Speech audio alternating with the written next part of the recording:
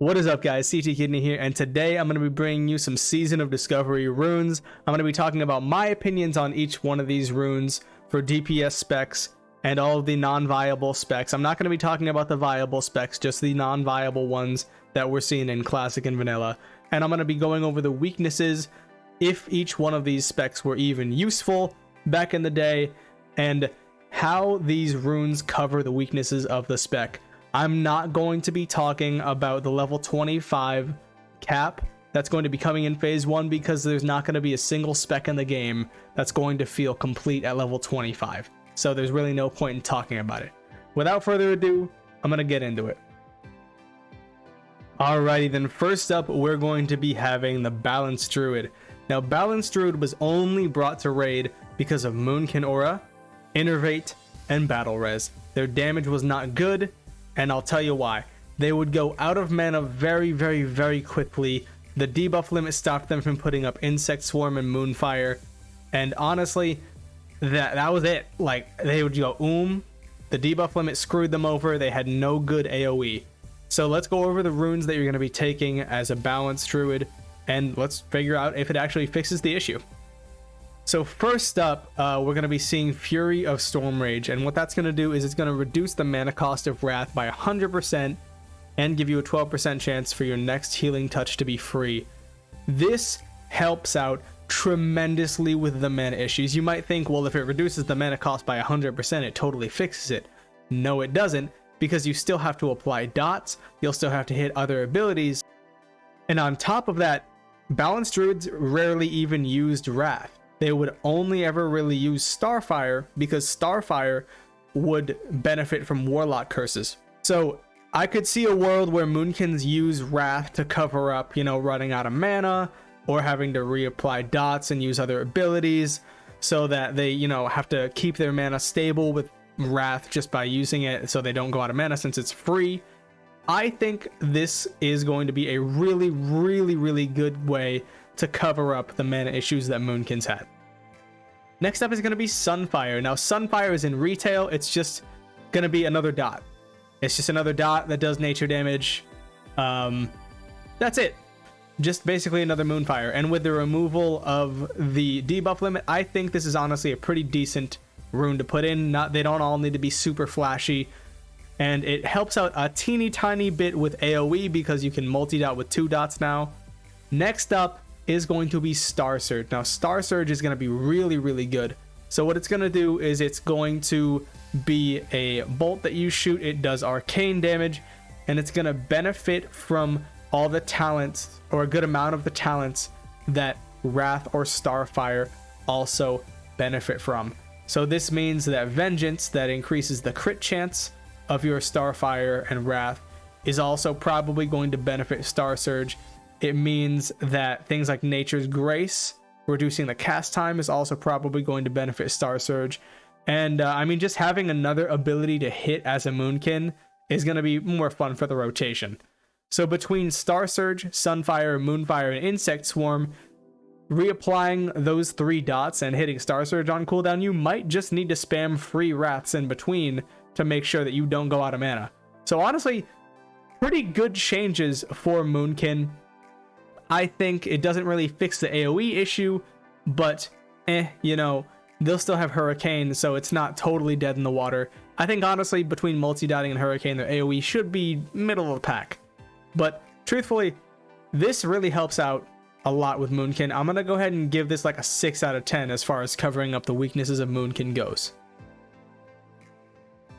Alright, next up we're going to be talking about Feral Druid. And now Feral Druid was actually brought as a pretty decent DPS. Honestly, it was a meme spec, but the thing about it is their damage was actually really good if prepared correctly. If you went to Nomergon and farmed your 50 manual crowd pummelers, got your Wolfheart helm to make sure you could power shift, you could actually do some pretty good damage as Feral Druid. Now, the only issue was that rogues and warriors just did more damage, so why would you bring them? Well, they were brought for the Leader of the Pack buff, which gave 3% melee crit, and also their damage was pretty good, as well as they had all the utility that the Moonkin had. They also had no AoE to speak of because, well, all you could do was multi-dot. So we're going to go over these runes and see if it covers any of these weaknesses. First up, we're going to talk about Wild Strikes. Now, Wild Strikes is Wind Fury. So Feral Druids are going to be bringing Wind Fury to their party, which is already a massive, massive increase in not only their own damage, but the damage of their party as well. So already just huge, huge for Feral Druids. Next up is going to be Mangle, which is going to increase their bleed damage by 30% for anything with that debuff on them, and also Shred. So it'll increase the damage of Shred and bleeds by 30% for 1 minute, and any effects that are associated with Claw and Maul, they will also benefit from. So anything that would reduce the rage cost or increase the damage, and things like that. So yeah, more bleed damage. I mean, that I wouldn't be mad at that at all. Plus Shred damage, really good. And then Savage Roar, which is a finishing move that's going to grant 30% physical damage done, and it lasts longer per combo point. This is already in the game in retail, but man, this is gonna be insane. You get Savage Roar, Mangle, and then you also get Wind Fury. Like, you're gonna be doing 60% more damage damn near with Mangle and Savage Roar, and then you also give Wind Fury. The only issue this does not cover for Feral is their lack of AoE, but man, they're gonna be so damn good when it comes to single target. They're gonna actually be insane if you can play it right. Unfortunately, you will not have access to the manual crowd pummeler in phase 1. Actually, you know what? You probably could get a group together and go do it if people are crazy enough, but you know, we'll see what happens. I think as far as fixing Feral Druid's issues, which honestly it didn't have too many of, it didn't really fix the AoE issue, but their single target is going to be way better now. So honestly, good runes. I'd give it like a 6 out of 10.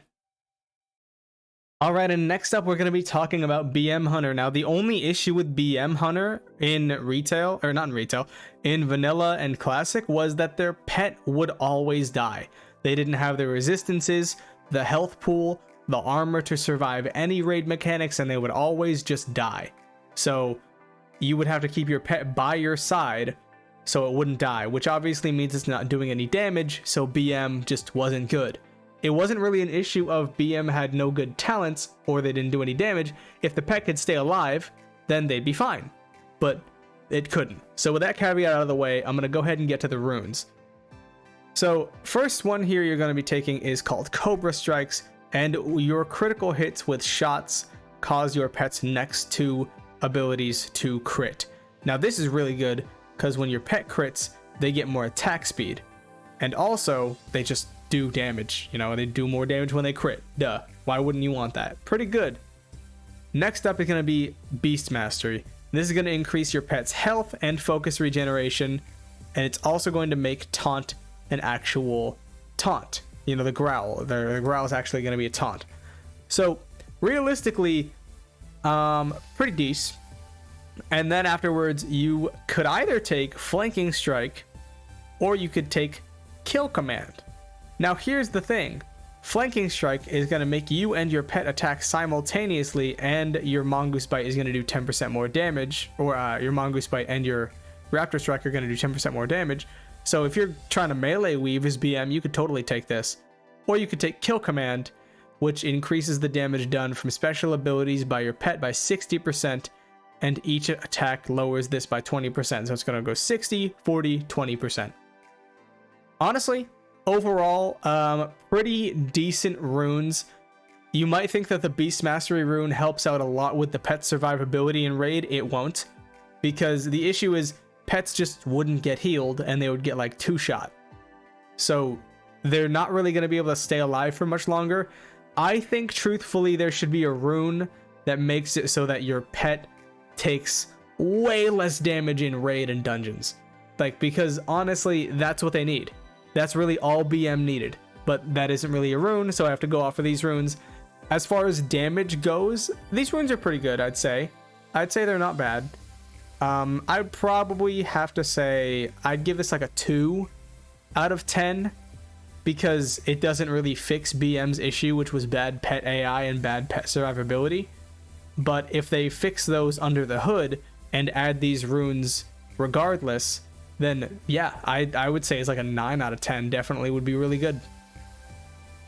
Alrighty, and next up is going to be survival. So survival hunters weren't really brought either because, well, their talent tree was really weird. It was like a melee focus, but the issue with a lot of survival's melee abilities, or with a lot of hunter melee abilities in general, was they all had some form of thing you needed to meet in order to use those abilities. So for example, traps had to be used outside of combat, counterattack had to be used after a parry, Mongoose Bite have to be used after you dodged, and so on and so forth. Those were, you know, they all had a condition that needed to be met before you could use them. So honestly, if that wasn't the case, I think survival probably could have been a decent melee spec. But without that, you know, just didn't really affect anything. They also brought like no utility whatsoever to the raid, whereas marksmanship brought true shot aura. So let's get into this and see if this is actually fixed. So right off the bat, we see with Aspect of the Lion, which is going to give you 20% additional stats and your group 10% additional stats, that raid utility is already fixed. That's actually a really big raid utility to bring because it's going to increase everybody's damage and healing and everything. It's going to be awesome. And then next up, you have two options actually. You could take Beast Mastery or you could take Carve. Now, Carve you're probably going to want to take an AoE, and Beast Mastery you're going to take for single target because it's going to increase your pet damage and, I mean, its focus regeneration as well. So yeah, this helps out survival a lot because one, it gives them another ability to hit in Carve, and it's also AoE, which really helps survival out too. And the last one you're going to take, well, you could take Flanking Strike or you could take Kill Command. I think Flanking Strike is probably better though because, again, it's another ability to hit, but you and your pet are going to attack simultaneously. And also, your Mongoose Bite and Raptor Strike are going to deal 10% increased damage for 10 seconds, stacking up to 3 times. And Raptor Strike has a 20% chance to reset the cooldown of Flanking Strike, so like a lot going on there for a classic ability. But man, you're gonna be able to hit this thing pretty often. And also, Raptor Strike resetting it and doing more damage means that this is pretty much a melee ability, so this kind of solidifies survival as melee. You could also take this as BM if you wanted to do melee BM Hunter, you know, no one's going to stop you from doing that. I think that'd be pretty cool. Or you could take Kill Command, and like we already said, Kill Command is going to increase your pet's special attack damage from by 60% to 40% to 20% after each one. So honestly, I would take Flanking Strike because you'll be hitting Mongoose Bite, or not Mongoose Bite, Raptor Strike a lot, and it has a chance to reset.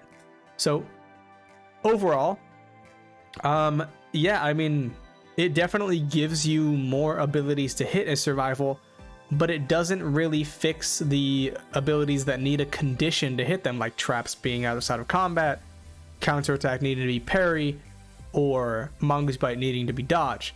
You know, it doesn't really fix those, so I'm gonna go ahead and give this like a 5 because it does address the issue, it just doesn't totally fix it. And I think that's kind of unfortunate, but you know, we'll see if they have any under the hood changes coming in.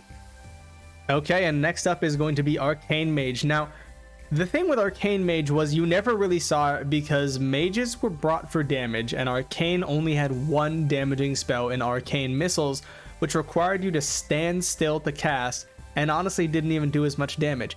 Now, you could argue that Arcane Mages were viable because of the prevalence of Arcane Fire and Arcane Frost builds that were around, but I'm talking about Arcane Mages that used damaging arcane spells, and they didn't really exist. So let's go ahead and go over that. Your first row is going to be a choice between Burnout or Enlightenment. And now you might say, why would you take Burnout? That's clearly for fire. Well, all it does is increase your crit chance by 15%, and your spells cost 1% of your base mana. With all the arcane mana regen you're going to be getting, with evocation, mana gems, and another ability I'm going to talk about later, you could feasibly take this just for 15% crit chance. Or you could take Enlightenment, which is going to make you deal 10% more damage while above 70% mana, or get 10% more mana regen while below 30% mana. So you could take either. I would personally take Burnout because it seems more fun and, you know, the mana won't really be an issue.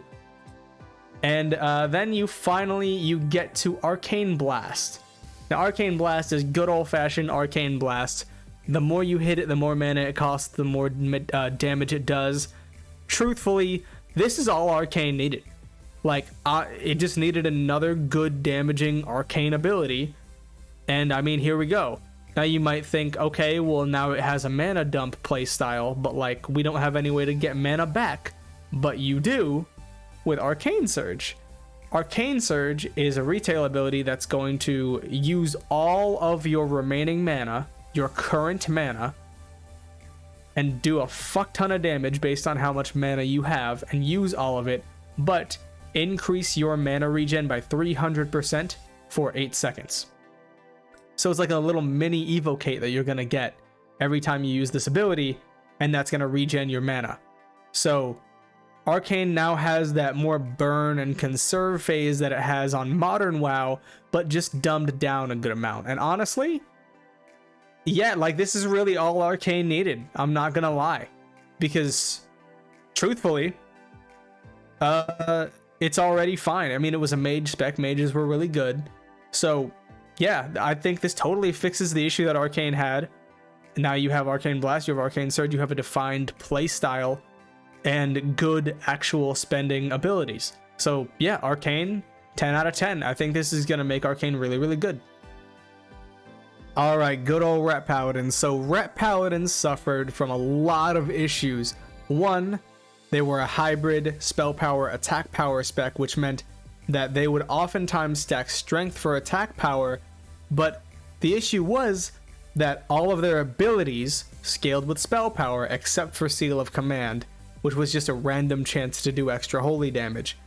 Now, the problem with that was warriors and rogues and feral druids had abilities that scaled with attack power and weapon damage. Ret Paladins had none of that except for Seal of Command, so the problem was you would have to get spell power to increase the damage of your spells, but the spell power coefficients were really, really bad, so you just couldn't do damage, and it was a problem. It was a really big flaw in the design. On top of that, they went really quickly. They had very little AoE outside of Consecration, and honestly just didn't stack up very well compared to the other melee. So right off the bat with the chest slot, we have Divine Storm, Horde of Lordaeron, or Seal of Martyrdom. You could choose any one of these three. Divine Storm is the classic Divine Storm. It's going to do a good amount of AoE damage for 110% weapon damage, and it'll heal. Horn of Lordaeron is like a blessing, or not a blessing, what was it? Horn of Winter. For Death Knights back in Wrath, it would give agility and strength, but it is exclusive with Blessing of Might, so you can't use both. And Seal of Martyrdom will cause all of your attacks to deal 30% weapon damage to your target, but you lose health equal to 10% of the damage inflicted. And while the seal is active, party members within 40 yards gain mana equal to 10% of the damage you take from this seal. So, cool. It's going to be more weapon damage. I'm curious if you'll be able to seal twist that with Seal of Command. That'd be pretty cool. And then Exorcist, which is going to make it so that you can use Exorcism on anything, and it'll just crit 100% of the time on undead and demons. This is awesome. These really help out Paladin, Ret Paladin, like a lot. You know, Seal of Martyrdom is going to be a cool another weapon damage thing to hit, or you could hit Divine Storm for just another button. Crusader Strike is going to help them out a lot with their mana issues. It's also another ability to hit with weapon damage. That means strength is going to be much more valuable. And Exorcist means you'll be able to hit Exorcism on everything, so that'll help out a lot there too. So realistically, the only thing that doesn't get addressed is the two-handed option, the two-handed weapon, but that doesn't really, you know, that's also fixed because they now have two abilities that they can hit that will always hit with their two-handed weapon that are based off of weapon damage. So honestly, really, really good changes for the Ret Paladin. I'm gonna have to give this like an 8 out of 10, maybe even a 10. Honestly, maybe a 10 out of 10. I don't think there's any issue now, really. Honestly, the only issue might be that they don't have enough globals now to seal twist. or they may not have enough globals now to seal twist. What with Divine Storm, hitting Exorcism, hitting Crusader Strike. It's going to be interesting to see what their rotation is going to look like. But this definitely helps out a lot with their weaknesses. So really, really good runes. I like these. Like I'm gonna give it 8 out of 10. I'm gonna give it 8 out of 10. And now we get on to my boys. This is gonna be my spec. This is what I'm gonna be playing, and that may surprise some of you when you hear what I have to say about the runes. But without further ado, let's get into it. So Shadow Priest was only ever brought for the Shadow Weaving debuff to increase the damage done by the Warlocks. That is it. That is the only reason you ever brought a Shadow Priest. You would bring 1. Our damage was not super great, and that's for a couple reasons. One, and the most popular reason, was our mana was atrocious. We would run out of mana super fast, and it was really unfortunate. So 1, big mana problems. Number 2, the debuff limit. We couldn't put up Shadow Word Pain because, you know, debuff slots were precious. 3, we had absolutely, and this is an issue that no other caster had, absolutely no AoE whatsoever. We had not a single AoE ability. No cleave, no AoE, nothing. And another issue that was really big for Shadow was we didn't scale very well with crit, because Mind Flay, Shadow Word Pain could not crit. Mind Blast could, but if you were using Mind Blast off cooldown, you were going out of mana in 2 seconds. So let's see if any of these issues are actually fixed. So first up, you have 2 choices. You can take Twisted Faith, which is going to increase Mind Flay and Mind Blast damage by 20% to targets afflicted with Shadow Word Pain, which is going to help out, you know, a fair amount with the crit scaling issue, because we're just going to hit 20% harder. Or you could take Void Plague, which is another dot that looks like it's going to tick for a good amount of damage because it's an 18-second dot. Yeah, I mean, I will probably take the dot because I'm a dot fiend. I do love my dots.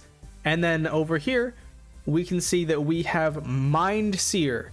That's right, they took Mind Seer out of retail and put it into classic. So here's how this is gonna work. It's just Mind Seer. So boom, some AoE right there. We could also choose between that or Shadow Word Death. Shadow Word Death is gonna do a good amount of damage. It can also crit, which helps out with the crit scaling a little bit, but it will also fucking kill us, which is kind of an issue. But you know, we'll see where that goes. And then for our last 2 options, we have Homunculi, which is a really interesting like support ability. It's going to summon 3 copies, so we literally get shadow clones. We are now Naruto. With a mace, a sword, and an axe to reduce attack speed, attack power, and armor of any target they hit. Now the interesting part is we actually can't use swords and axes as a priest, so I don't know why our clones can, but you know, whatever. Then we could take Shared Pain if we don't want to take Homunculi. And Shared Pain is going to make it so that our Shadow Word Pain actually hits 2 nearby targets. So our AoE is going to be really good. So let's go over the weaknesses. Bad mana issues, no AoE, no crit scaling. Okay, so the AoE is fixed. Like I'm just gonna say it straight up. Mind Seer and Shared Pain just totally obliterate the AoE issue. The crit scaling is helped out a little bit with Shadow Word Death, but not much. And the mana issue was not addressed in the slightest. So as far as covering up Shadow Priest weaknesses go, I'm gonna give this a 4 out of 10. It didn't really address the mana issue at all, and the crit scaling issue is still gonna be kind of a problem. Alright, and next up is gonna be Subtlety Rogue. So Subtlety was really valuable as a PvP spec back in the day, but as PvE you only really ever saw it as a hemorrhage spamming bot. And hemorrhage was a good ability for increasing physical damage of the whole raid, but honestly it wasn't really crazy, and like it wasn't really super sought after.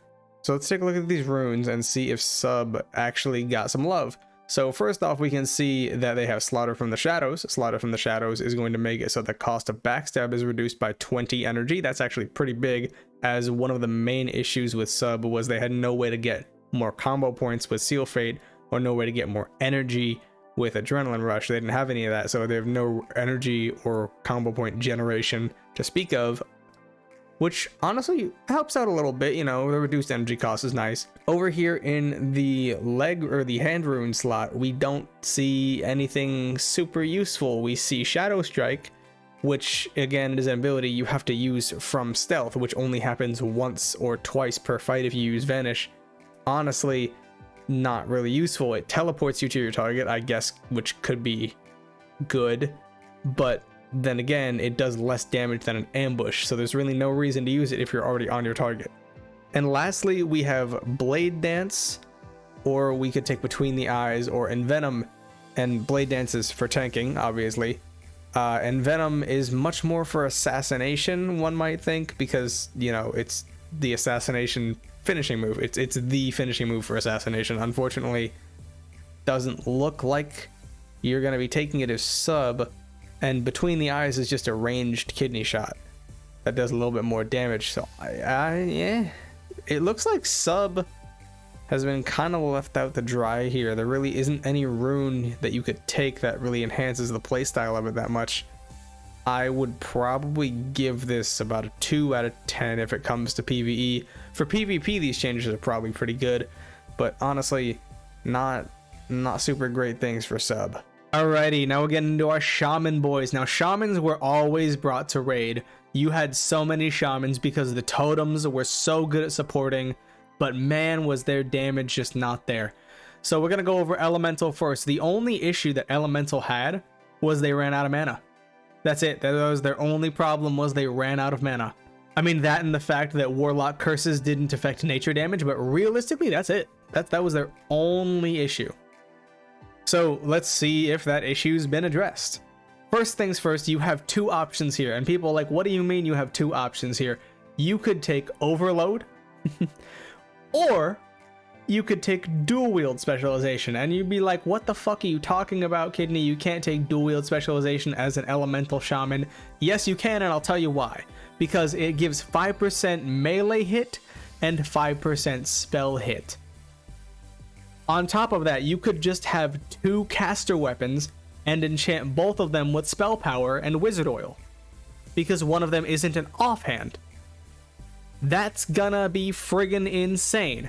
That would be so good. Imagine having two caster weapons, or you could just take Overload, which gives a 33% chance for your spells to duplicate themselves and cause no threat. So two options there, both pretty good. Lava Burst is coming back, ladies and germs. We've got Lava Burst. Lava Burst, if you don't know, increases to 100% crit chance if you have Flame Shock on the target, which you will be able to do now because the debuff limit is not a thing. So pretty cool, pretty good. And then lastly, you can take Shamanistic Rage, which is going to reduce damage you take by 20% and restore mana over 15 seconds. Equal to 10% of your attack power, or 15% of your attack power, 10% of your spell power, or 6% of your healing power, whichever value is greater. And your party members will also receive 10% of the mana you receive this way. I mean, there it is. Like, the mana issue for Shaman is pretty, I don't want to say solved, but it's definitely going to help out a lot. And on top of that, you'll now have Lava Burst, which does benefit from Warlock Curses because it's fire damage. And then you'll have Overload or Dual Wield spec. So you've got options. And honestly, the mana problem shouldn't really be there anymore. So I think Elemental is just going to be in a really good spot. I'd give this like I'll give it like a 10 out of 10, honestly. I would say so. It really fixes the issues. All right, now let's get on to Enhancement. So Enhancement suffered from a lot of the same issues that Ret Pally suffered from. The two-hander problem, it suffered from being a hybrid DPS, meaning it had both spell power and attack power coefficients. It also didn't have a lot of abilities to actually hit, to make use of its weapon damage, and you were pretty much just waiting for a Wind Fury proc. On top of all of that, they would go very quickly, just like Ret Paladins. Now, I will say they did have Storm Strike, but you couldn't put Storm Strike up because Storm Strike applied a debuff, and those debuff slots were very precious, so you couldn't use it. Enhancement Shamans were really only brought for their improved Wind Fury that they would drop in the melee group. So let's go over these runes and let's see if they fix those issues. Number one, right off the rip, I've already talked about it in the elemental section. Dual wield specialization. Yeah, I mean that fixes the two-hander issue right off the bat. Like, just directly. You now have 5% chance to hit with melee and with spells, and you can use 2 weapons instead of 1. There it goes, boom. Enhancement Shaman, number 1 issue fixed right there. And then you get Lava Lash, which is another ability to use, which is going to do 100% offhand weapon damage, and it's increased by 20% if you have Flame Tongue. Now, the jury's still out on whether or not you'll want to put Flame Tongue on your offhand or whether or not you'll want to just put Wind Fury on your offhand so it can strike more. I would probably say Wind Fury over Flame Tongue, but you really never know.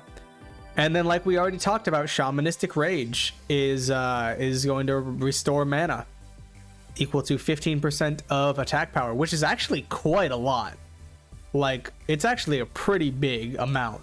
So honestly, the only issue with enhancement is that their AoE isn't going to be as strong as elemental. But dude, like, these are really good changes for enhancement. I think this is actually going to make them pretty viable. Honestly, like, I would give this like I'd say an 8, maybe a 9 out of 10. The only issue is, like I said, their AoE isn't going to be as strong as elemental. But damn, like, super good. Like, I like these runes. All right, and last but not least, we are going to have warriors. Now, arms warriors, you might be saying, what are you talking about? Warriors were great. Arms warriors were not. Fury was top. So here's the thing about arms. The issue that arms had was, again, the two-hander problem, but that had an additional layer of issues for warriors because if you hit less, you generate less rage. So two-handers, because they were really slow, you wouldn't get as much rage as you would on a Fury Warrior. So let's take a look. You could legitimately take any one of these right here. You could take Blood Frenzy, Flagellation, Raging Blow, or Warbringer. So I really don't know which one. I would say probably Flagellation, just because 25% damage is awesome. Or you could take Raging Blow and just have an extra 100% weapon damage swing, which would be really good because you're using a two-hander. And then here, you could take Quick Strike, which is again another 100% weapon damage ability that also benefits from from effects that benefit from Heroic Strike. So honestly, like, just 2 attacks off rip. And on top of that, Mortal Strike, which applied a debuff, no longer requires you to use a debuff slot because that's not a thing anymore. So you'll be able to use Mortal Strike. So you'll be able to hit Mortal Strike, Raging Blow, Quick Strike. Like, you'll have so many abilities to hit as arms. You might need to get some more rage generated. But wait, you can do that because Frenzied Assault is going to give you two-handed weapons, or while you're wielding two-handed weapons, your attack speed is increased by 20%.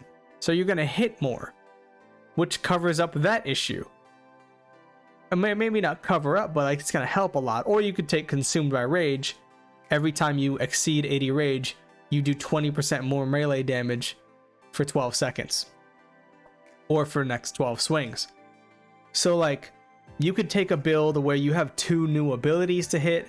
You could take a build where you generate a lot more rage with Blood Frenzy. You got options as an arms warrior. I think legitimately arms warriors are gonna be pretty good. I would say this probably, I would give this like a 7. I don't think it totally fixes the issue of the two-hander problem, but it definitely helps it out a lot.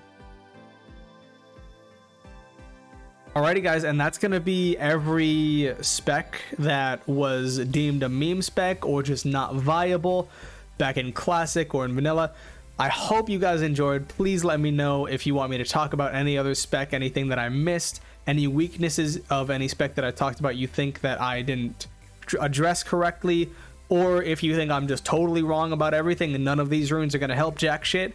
Hey, let me know in the comments. If you liked the video, make sure you drop a like. I'm going to be having more Seasons of Discovery content coming out very soon. and subscribe if you enjoy the content, and I will see y'all next time.